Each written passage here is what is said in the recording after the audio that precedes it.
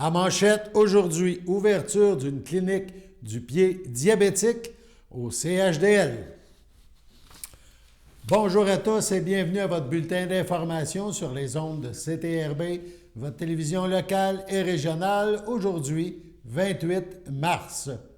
La direction du Centre intégré de santé et des services sociaux, le CI3S, de Lanaudière, vient d'annoncer l'ouverture de la clinique du pied diabétique, une première au Québec. Ça se déroule au centre hospitalier de Lanaudière à Joliette. Il s'agit d'une clinique multidisciplinaire entièrement dédiée à l'évaluation et aux soins des plaies aux pieds des usagers diabétiques. Ce sont 40 usagers diabétiques qui ont pu recevoir des traitements depuis son ouverture en octobre 2022.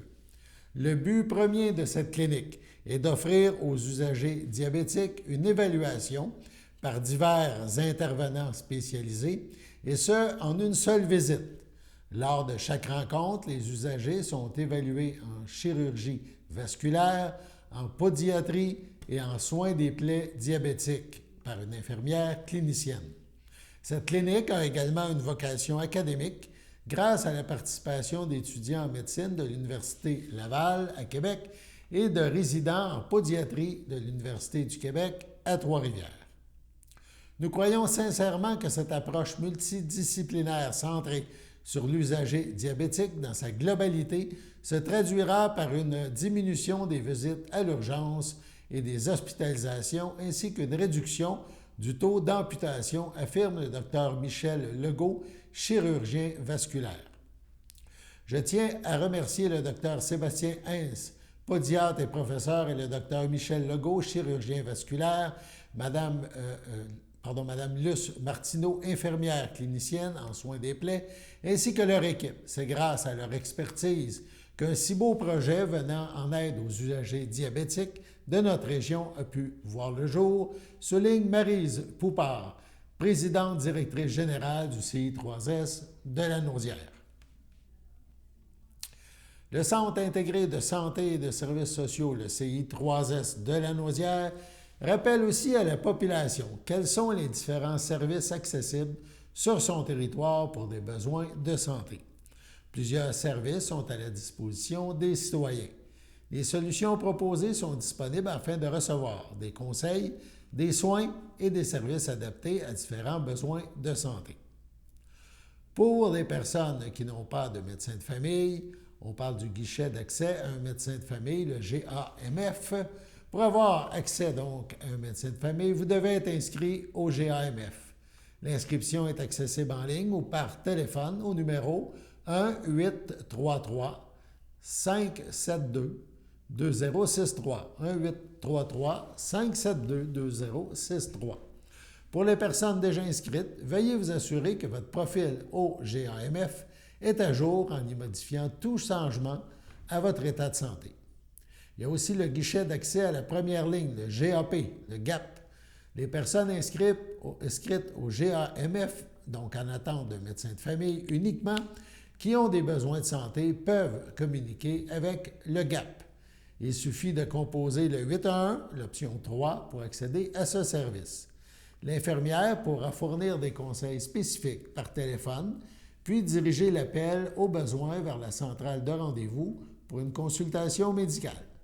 Les usagers peuvent ainsi être dirigés vers des professionnels de la santé, tels que des médecins de famille, des infirmières cliniciennes, des infirmières praticiennes spécialisées, des pharmaciens communautaires ou des travailleurs sociaux répartis dans la région.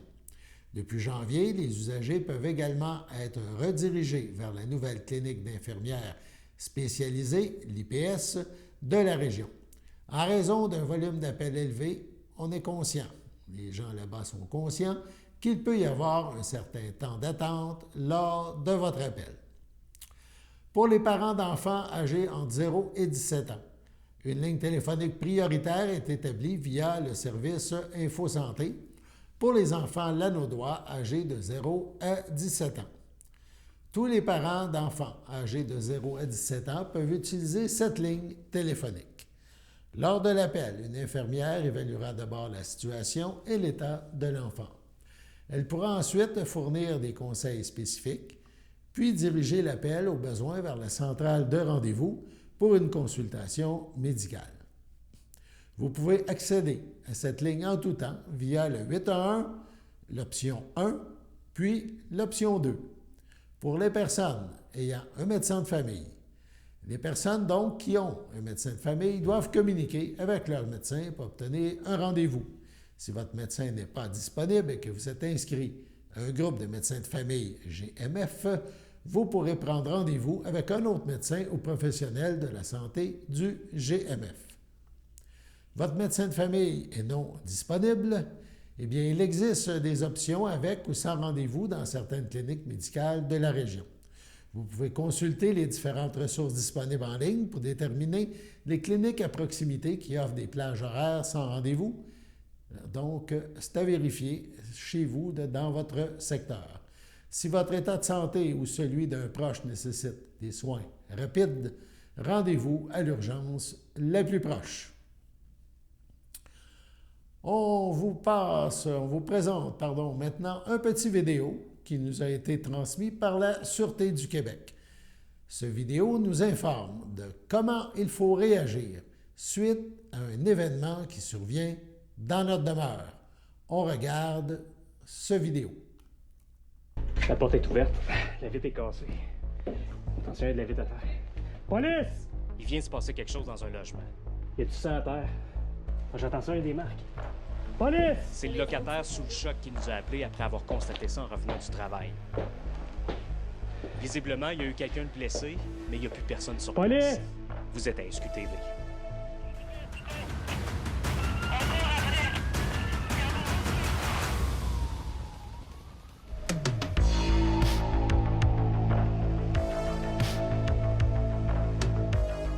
Quand un crime survient, c'est déjà stressant. Mais quand ça arrive dans ta propre maison, ça en rajoute une couche. Que ce soit un crime avec violence ou une introduction par effraction, un vol, dès qu'une personne constate qu'il s'est passé quelque chose de grave dans sa maison, c'est généralement les émotions qui prennent le dessus et sans le vouloir, elle peut faire des choses qui vont compliquer notre travail. Quand on arrive sur une scène de crime, il y a plein de choses qui se mettent en branle. La priorité dans une scène comme celle-ci, c'est de localiser les impliqués parce que visiblement, il y a peut-être quelqu'un qui a besoin d'aide. Parallèlement, on veut savoir ce qui s'est passé, donc on va ouvrir une enquête. On se rend compte rapidement que dans ce cas-ci, il y a eu un vol important. Quand on constate qu'il y a plein d'éléments d'enquête comme ici, on va agir avec beaucoup de précautions. Le moindre geste qu'on peut faire peut contaminer la scène. Donc on va regarder où est-ce qu'on met les pieds. On va faire attention à ce qu'on touche, ce qu'on déplace. On va noter tout ce qu'on voit et tout ce qu'on fait. On va faire un croquis de la pièce, on va prendre des photos et on va protéger l'endroit pour permettre à un technicien en scène de crime de l'analyser en profondeur. Je suis en compagnie de Mathieu Godette, qui est technicien en scène de crime. Mathieu, c'est quoi ça, un technicien en scène de crime? Un technicien en scène de crime, c'est un agent spécialiste. Sa tâche première, c'est de reconstituer les scènes de crime, de l'immortaliser à l'aide de vidéos, photos, par la confection de plans aussi. Surtout, c'est de faire la recherche d'éléments de preuve et d'en faire la récupération.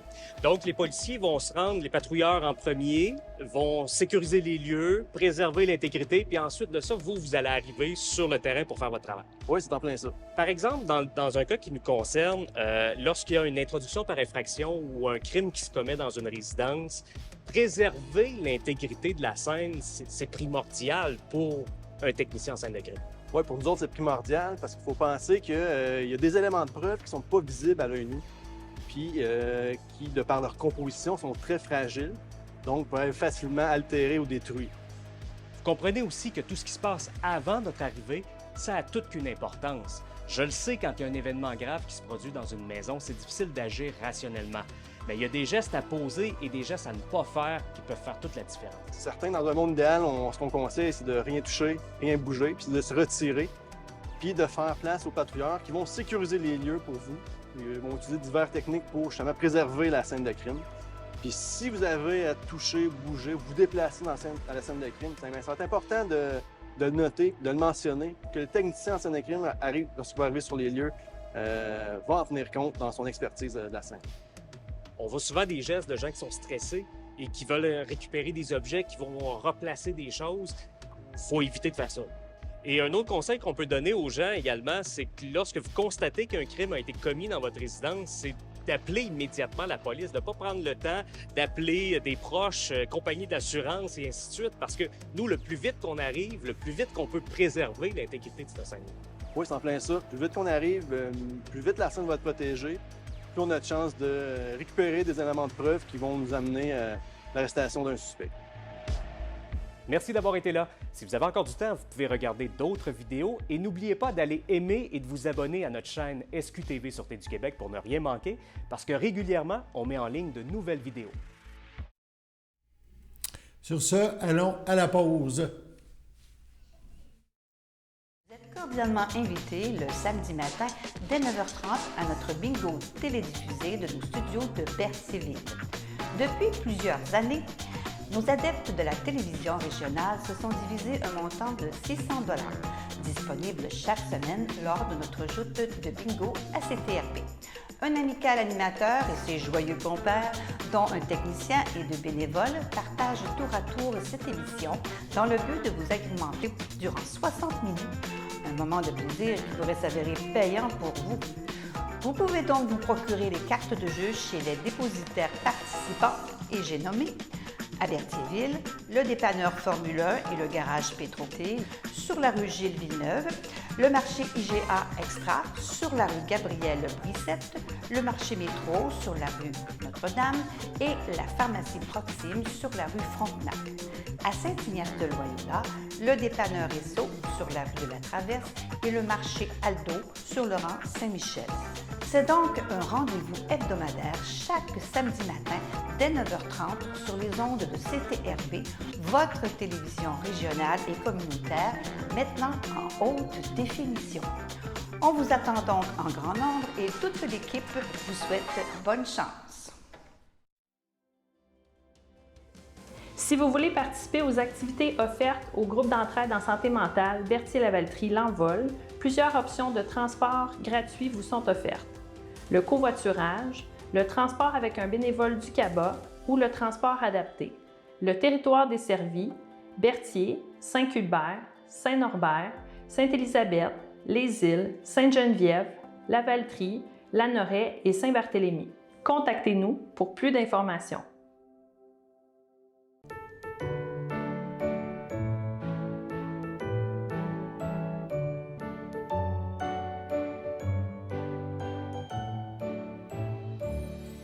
En ce 28 mars, les anniversaires à souligner, la FADOC de l'île du Pas désire souhaiter bonne fête à Richard Ladouceur et à Gilles Sancartier. C'est votre anniversaire aujourd'hui, 28 mars. Toute l'équipe de CTRB se joint à moi et vous souhaite bonne fête. On le rappelle, le Frontenac multiplie les beaux événements, donc avec une nouvelle programmation, et CTRB s'associe au Frontenac pour faire tirer une paire de billets à chacun des spectacles présentés dans cette salle de la rue Frontenac à Berthierville. Le prochain spectacle se déroulera le 1er avril. C'est un souper-spectacle et c'est un hommage au célèbre groupe U2. Pour gagner une paire de billets pour le souper et le spectacle, on compose le 450-836-5103, 450-836-5103. On indique son nom, son numéro de téléphone. Le tirage aura lieu jeudi 30 mars. Donc, préparez-vous, encore quelques heures pour vous inscrire. Avant d'aller plus loin, écoutons donc un court extrait du spectacle qui sera présenté le 1er avril prochain. If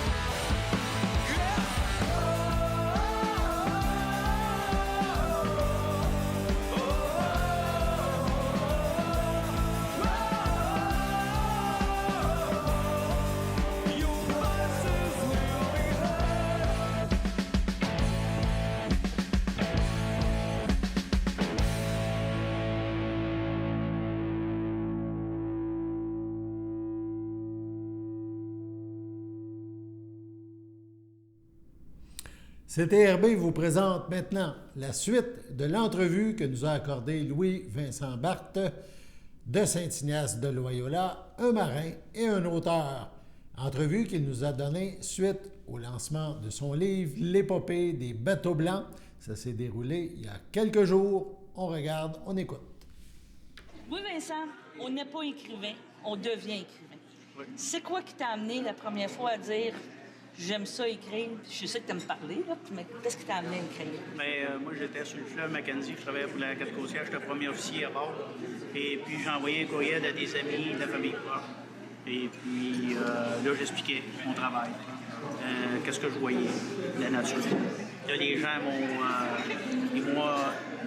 écrit en réponse en me disant « Écoute, on aime ça, c'est bien qu'est-ce qui est écrit, on veut découvrir le Nord en même temps que toi. » Puis moi, j'ai continué, puis là, je me suis pris au jeu.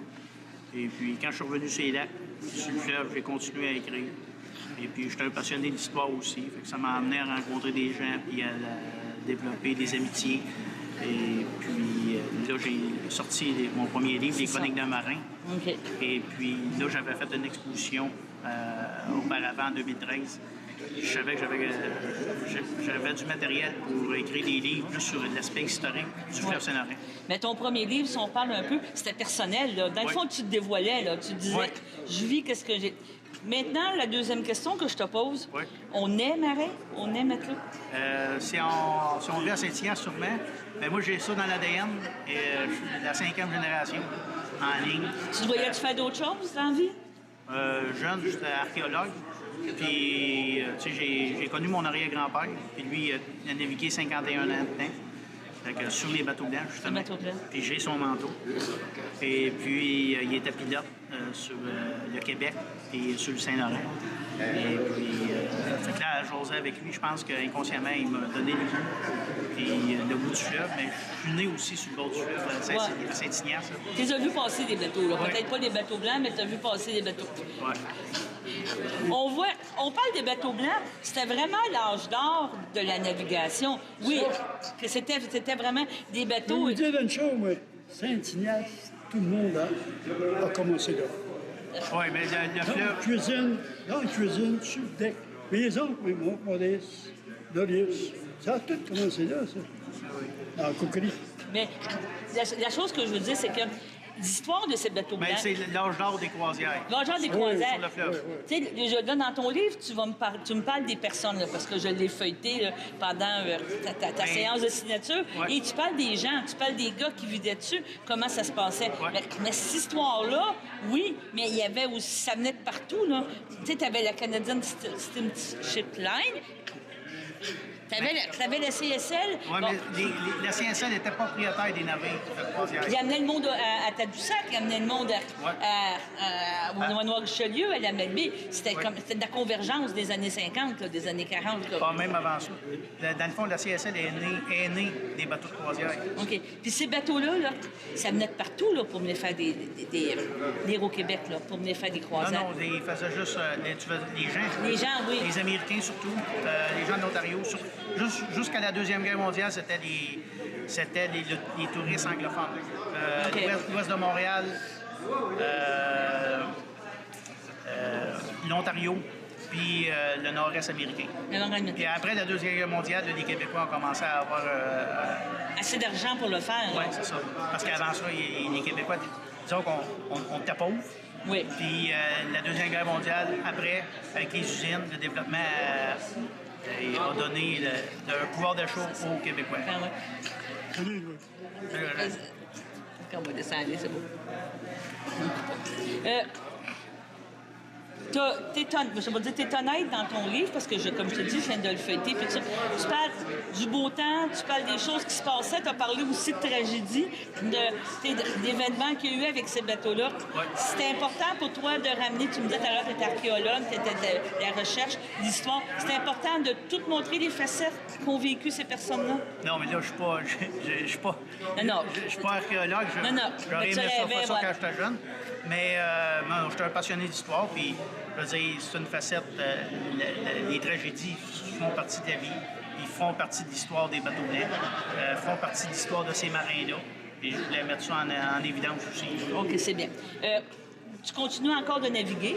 Oui. C'est quoi tes prochains projets en navigation, puis après ça, en livre? Bien, là, c'est sûr que j'aimerais ça passer mon capitaine au long cours. OK. Et puis, les prochains livres, en principe, si tout va bien, à l'automne, il va y avoir un livre sur les dragues et remorqueurs. Et c'est une autre facette qu'il n'existe pas de livre québécois, français sur... Il y a des livres en France sur les dragues et remorqueurs, mais il n'y en a pas au Québec, il n'y en a pas. On va remédier à la situation, c'est ça. Non, en tout cas, félicitations. Je pense que tu nous fais découvrir une autre facette du fleuve. Tu sais, les gens, on voit beaucoup les conteneurs, les choses qui passent sur le fleuve, mais il y a eu une âge d'or aussi au niveau de la navigation à ces années-là. Oui, effectivement. Bon, ben je te remercie, Louis. Ça fait plaisir, merci. Allons à la pause.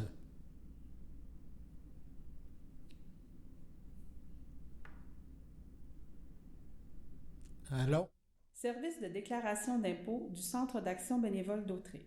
Si vous avez plus de 65 ans, avec un revenu modeste et que vous demeurez sur le territoire desservi par le CABA, nous pouvons vous aider. Dès la fin janvier, téléphonez au 450-836-7122 afin de vous inscrire.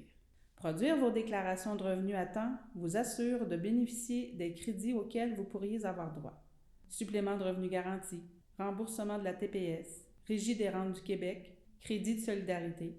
Également, si vous avez plus de 70 ans, vous pourriez avoir droit au crédit en maintien à domicile et le soutien aux aînés. Produire ces déclarations, c'est important et payant.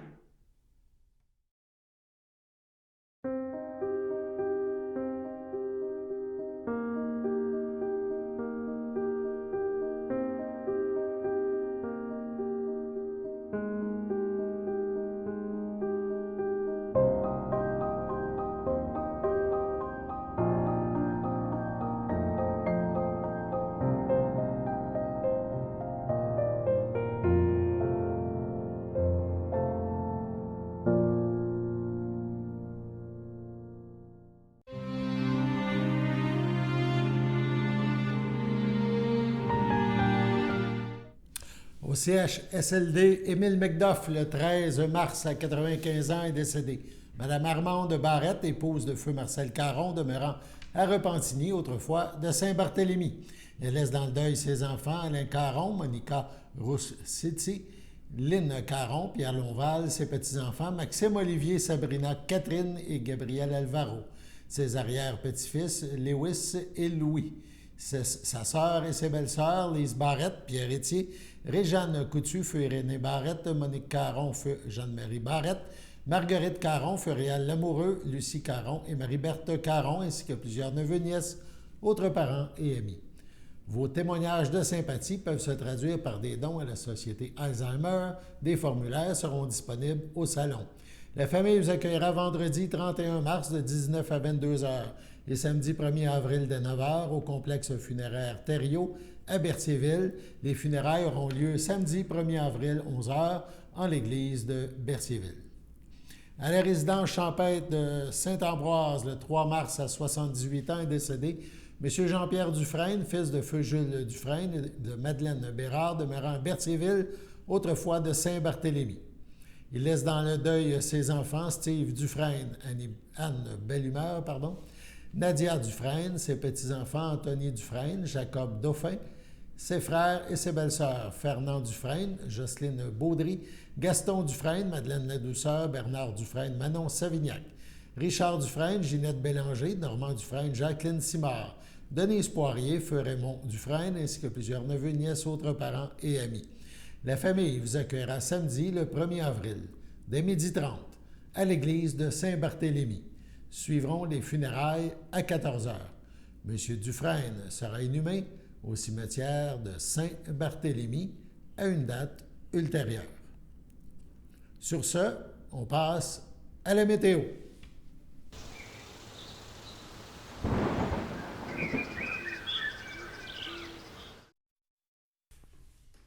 Bienvenue dans votre météo de cette semaine. Aujourd'hui, mardi après-midi, ce sera un ciel variable, une température de 4, un temps ressenti de 2. Mardi soir, c'est nuageux avec éclaircies, une température de 1, un temps ressenti de -1. Mardi nuit, c'est des passages nuageux, une température de -7, un temps ressenti de -10.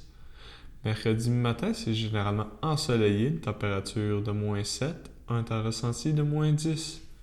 Mercredi matin, ce sera généralement ensoleillé, une température de -7, un temps ressenti de -10. Mercredi après-midi, ce sera des risques d'averses, une température de 6, un temps ressenti de 3, moins de 1 mm de pluie. Mercredi soir, ce sera de la pluie et de la neige, une température de 4, un temps ressenti de 0, environ 1 mm de pluie et moins de 1 cm de neige. Et voilà, c'était tout pour votre météo. Nous vous avons présenté l'édition du 28 mars du bulletin d'information sur les ondes de CTRB, votre télévision locale et régionale. Alain Bellemare au Pépites qui vous invite à être des nôtres demain pour la prochaine édition du bulletin d'information. Sur ce, bonne fin de journée à notre antenne et à demain.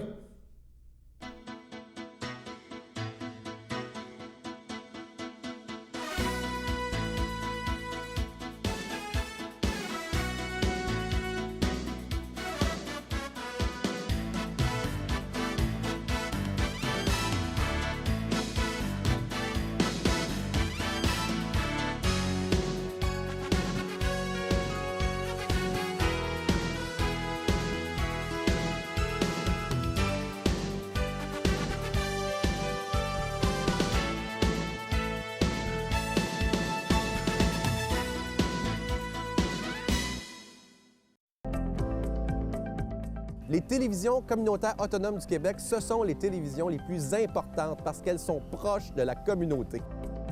On veut encourager des gens qui parlent de ce qui nous intéresse, mais aussi qui participent au développement local. Mais c'est fini le temps là, où on allait lire une affaire qui a été écrite avant hier au bout du monde. Non! Tu veux savoir ce qui se passe chez vous? Bien, ma télé préférée, c'est la télé autonome communautaire. C'est ici que ça se passe.